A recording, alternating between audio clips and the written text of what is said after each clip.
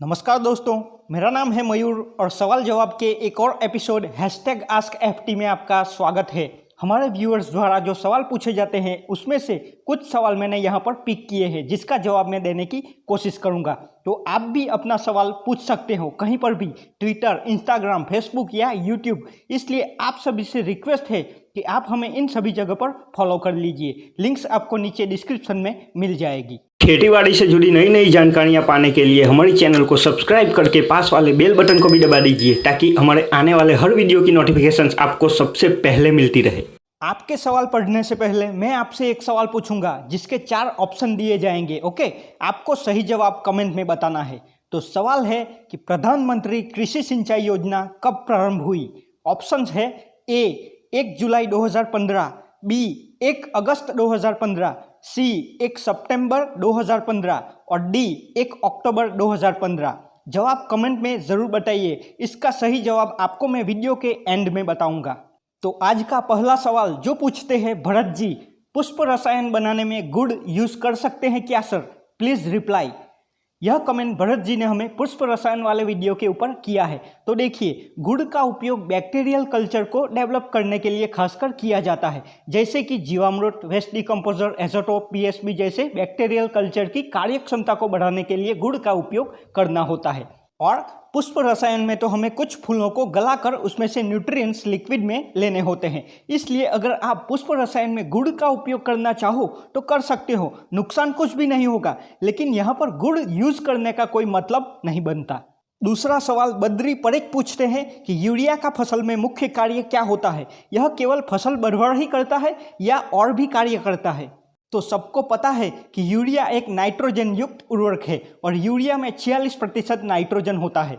और पौधों में नाइट्रोजन के कार्यों की बात करें तो नाइट्रोजन से प्रोटीन का निर्माण होता है। नाइट्रोजन का पौधों की वृद्धि एवं विकास में बड़ा योगदान होता है। यह पौधों को गहरा हरा रंग प्रदान करने में मदद करता है, पौधों को हरा भरा रखने में मदद करता है, अनाज तथा चारे वाली फसलों में प्रोटीन की मात्रा भी बढ़ाता है। और साथ साथ पौधों में नाइट्रोजन की कमी के लक्षणों की बात करें तो कमी से पौधा हल्के पीले रंग का यानी फीका फीका सा दिखाई पड़ता है। कमी से पौधों की बढ़वाड़ रुक जाना, नए कल्ले कम बनना, फूलों का कम आना, फलों का समय से पहले गिर जाना, पौधों का बौना दिखाई देना, फसल समय से पहले यानी जल्दी से पक जाना, यह सारे लक्षण नाइट्रोजन की कमी से पौधों में दिखाई देते हैं। तो आई थिंक आपको आपके सवाल का जवाब मिल गया होगा। अगला सवाल किंग ऑफ ड्रीम 11, वाह क्या नाम है, पूछते हैं कि भाई कट करने के बाद डाली पर कुछ लगाना चाहिए कि नहीं, नहीं तो फंगस लग सकता है और प्लांट खराब हो सकता है। ओके, तो यह भाई मैंगो प्लांट की बात कर रहे हैं और यह कमेंट किया गया है हमारे मैंगो ट्री प्रूनिंग वाले प्रैक्टिकल वीडियो है ना, उसके ऊपर।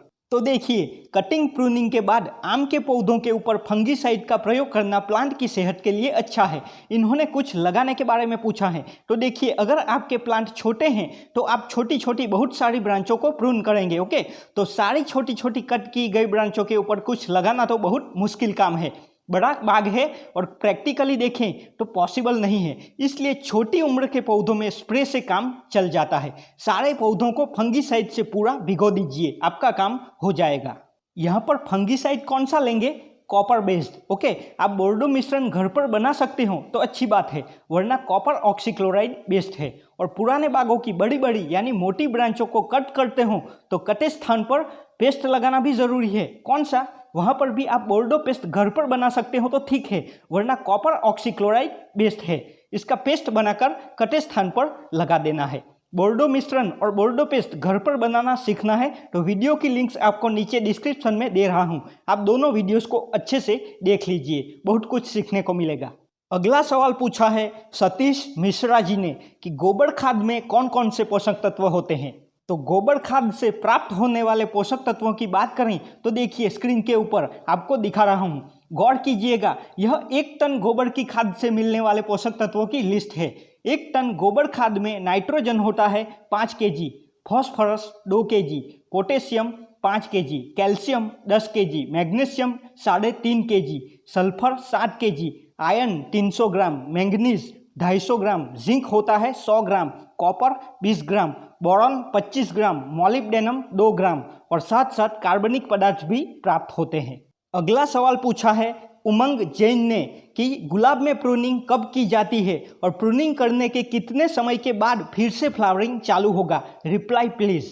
उमंग जी ने बहुत अच्छा सवाल पूछा है गुलाब की खेती से रिलेटेड। तो देखिए, गुलाब में जनरली फ्लावरिंग का समय होता है फरवरी मार्च, तो गुलाब में फूल आने के 60 से 65 दिन पहले प्रूनिंग हो जानी चाहिए। मतलब कि गुलाब में प्रूनिंग का सही समय होता है नवंबर दिसंबर, ओके। और साथ साथ पूछा है कि प्रूनिंग के कितने समय बाद फ्लावरिंग चालू होती है।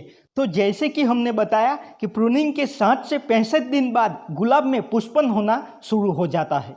अगला सवाल पूछा है गीता महाजन जी ने कि सर मैं आपके वीडियोस रेगुलर देखती हूँ, मैं गार्डनिंग के बारे में नई नई चीज़ें जानने में बहुत रुचि रखती हूँ।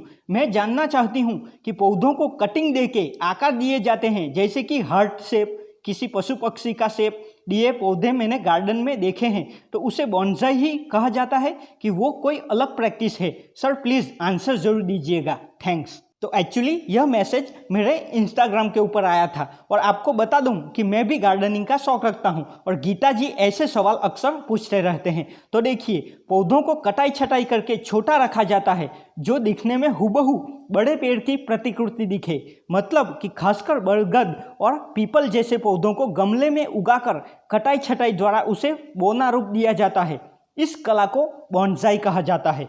यह एक जापानीज तकनीक है और इसमें पेशेंस और समय चाहिए होता है। और आपने जो कहा कि पौधों को गार्डन वगैरह में अलग अलग शेप दिया जाता है, उस तकनीक को टॉपेरी कहा जाता है, जिसमें पौधों को विभिन्न शेप में या आकृति में तैयार किया जाता है। अब बारी है मेरे सवाल की। सवाल पूछा गया था कि प्रधानमंत्री कृषि सिंचाई योजना कब प्रारंभ हुई? तो इसका सही जवाब है ऑप्शन ए, 1 जुलाई 2015। यह कृषि के लिए बहुत ही उपयोगी योजना है और इसे प्रारंभ करते समय इसकी टैगलाइन रखी गई थी, हर खेत को पानी। तो यह थे आपके द्वारा पूछे गए कुछ सवाल और मुझे लगता था कि इसके आंसर देने चाहिए। तो आप भी #AskFT लगाकर अपना सवाल कहीं पर भी पूछ सकते हो। आज का यह Q&A वीडियो पसंद आया हो तो वीडियो को लाइक कीजिए, शेयर कीजिए और आप भी करते हैं मेरी तरह खेती बाड़ी से प्यार तो हमारे इस चैनल को सब्सक्राइब करना बिल्कुल भी मत भूलिएगा। जय किसान, जय हिंद।